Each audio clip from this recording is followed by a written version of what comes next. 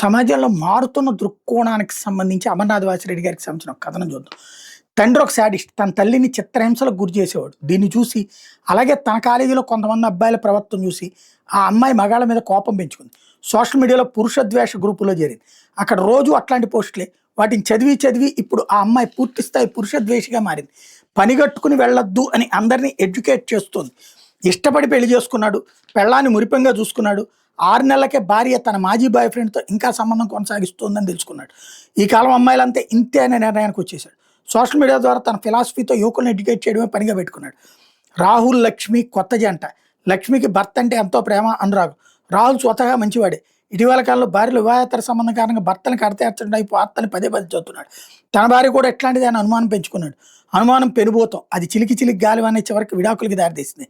వినయ్కి తన కులం అంటే అభిమానం. అక్కడ దాకా అయితే ఓకే. కానీ క్రమేపీ అవతల కులం వాళ్ళంటే కోపం పెంచుకున్నాడు. వాళ్ళు ఎప్పుడు అన్యాయంగా ప్రవర్తిస్తారు అనుకునేవాడు. సోషల్ మీడియాలో కొన్ని గ్రూప్స్లో చేరాడు. అక్కడ అన్ని ఇలాంటి రాతలే. దీంతో ఇప్పుడు ఆ కులంపై పూర్తి స్థాయి ద్వేషం రగిలిపోతున్నాడు. అగ్నికి ఆజ్యం మంటలో పెట్రోల్. అదే ఇప్పుడు సోషల్ మీడియా. ఏ గూటి చిలక ఆ గూటి పాటే పాడుతుంది అనేది సామెత. ఇది డిజిటల్ యుగం. డిజిటల్ వ్యసనం వల్ల మెదడులో రసాయన మార్పులు. ఈ మార్పులు నెగిటివ్ ఫీలింగ్స్ను 100 రెట్లు చేస్తాయి. పాజిటివిటీని, ఇంగిత జ్ఞానాన్ని చంపేస్తాయి. ఆల్గారిథం మీద ఆధారపడి డిజిటల్ మీడియా నెగిటివ్ కంటెంట్ను పదే పదే చూపిస్తుంది. దాంతో ద్వేషం, పగ, ప్రతీకారం మహమ్మారిలో వ్యాపిస్తున్నాయి. స్త్రీ ద్వేషం, పురుష ద్వేషం, కుల, మత, ప్రాంత ద్వేషం. హాట్ కేకులు అమ్ముడుపోతాయి. ఇన్స్టెంట్ ఫేమ్ రావాలంటే యూట్యూబ్ జర్నలిజం ద్వారా బాగా డబ్బు రావాలంటే ఏదో ఒక వివాదాన్ని ఎత్తుకోవాలి. కులాల, మతాల, ప్రాంతాల మధ్య, స్త్రీ పురుషుల మధ్య ద్వేషాన్ని రగల్చాలి. వివాదాస్పద వ్యాఖ్యలు, పరుష పద్యాలను వాడాలి. అప్పుడు ఆలోచన కలిగిన వాళ్ళు మీ వీడియోని లైక్ చేస్తారు, చూస్తారు, షేర్ చేస్తారు. ఇందుకు ప్రతిగా అవతల గుడి చిలకలు మీ గుడిపై దాడి చేస్తాయి. వచ్చి అక్కడ పరుష పదజాలను తిడతాయి. వారి తిట్లే మీకు దీవెనలు, డబ్బులు. అవతల వాళ్ళు ఎన్ని తిట్లు తిడితే అన్ని పేజీ ఎంగేజ్మెంట్లు.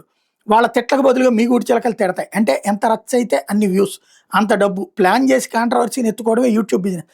మంచి మాటలు చెప్తే అక్కడ పెద్దగా వ్యూస్ రావు. రీల్స్, వీడియోస్ వ్యసనపర లక్షణమే అది. పాజిటివిటీ అంటే వాళ్ళకు ఒళ్ళుమంట. పంది బురద కోసం ఎదుగులాడినట్టు డిజిటల్ డిప్పంగాళ్ళు ఒక వివాదం ముగిస్తే నెక్స్ట్ ఏంటని చూస్తుంటారు. అది లేకపోతే వాళ్ళకి నిద్ర పట్టదు.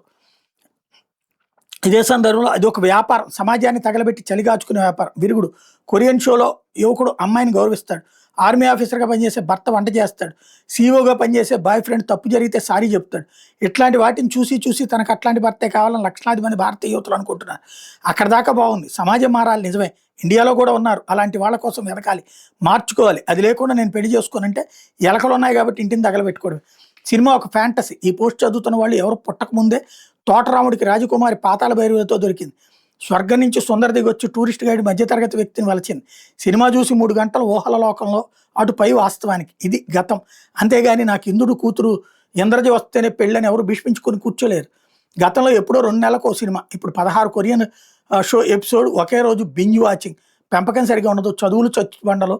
సామాజిక తెలివితేటలు, భావోద్వేగ తెలివితేటలు 0. ఇంగిత జ్ఞానం 0. డిజిటల్ బురదలో గుంటలో దిగి గంటలు గంటలు గడిపే డెప్పంగాళ్ళకి ఎకో ఛాంబర్లో అంటే తెలిసి చావదు. కన్ఫర్మేషన్ బయాస్ అంటే తెలియదు. చెప్పినా చదివే ఓపిక, అర్థం చేసుకునే బుర్ర ఉండదు. పొద్దున్న లేస్తే ఈ ఈగలు మల్యం కోసం, ఈ పందులు మురికి కాలువల కోసం వెతుకుతాయి. ఆల్గారిథం వీళ్ళకి అండగా ఉంటుంది. దిక్సూచిలాగా ఈ ఈగల్ని, పందుల్ని ఎక్కడికి తీసుకుపోవాలో అక్కడికి తీసుకుపోతుంది. అక్కడ మోహరించి నీ పినుగులు సంధ్యా సేవ చేస్తున్నాం అనుకుంటూ రోజంతా మల్లిని తింటూ, దానిలో దొర్లుతూ, వాదించుకుంటూ, తిట్టుకుంటూ, ఒంట్లో నెగిటివ్ ఫీలింగ్స్ని, కార్టిజన్లని పెంచుకుంటూ, ఫార్మాసోలకి, యూట్యూబ్ జర్నలిస్టులకి ఏటీఎంలుగా మారి వాళ్ళని బతికిస్తూ వీళ్ళు నెమ్మదిగా మరణం వైపు అడుగులేస్తున్నారు. డిజిటల్ యుగంలో బతకాలని డిజిటల్ స్మార్ట్నెస్ ఉండాలి. టెక్నాలజీ వాడాలి. అది నేను వాడుకునే అవకాశం కల్పించకూడదు. Algorithm, echo chamber, confirmation bias లాంటి కాన్సెప్ట్స్ని అర్థం చేసుకుని డిజిటల్ వ్యాపారాలు ఉచ్చులో చిక్కకూడదు. వినోదం, కాలక్షేపం అవసరం, కానీ విషానికి, అమృతానికి తేడా తెలుసుకోవాలి. రోజంతా వినోదం పేరుతో బురదలో, సెప్టిక్ ట్యాంకులో దూకకూడదు.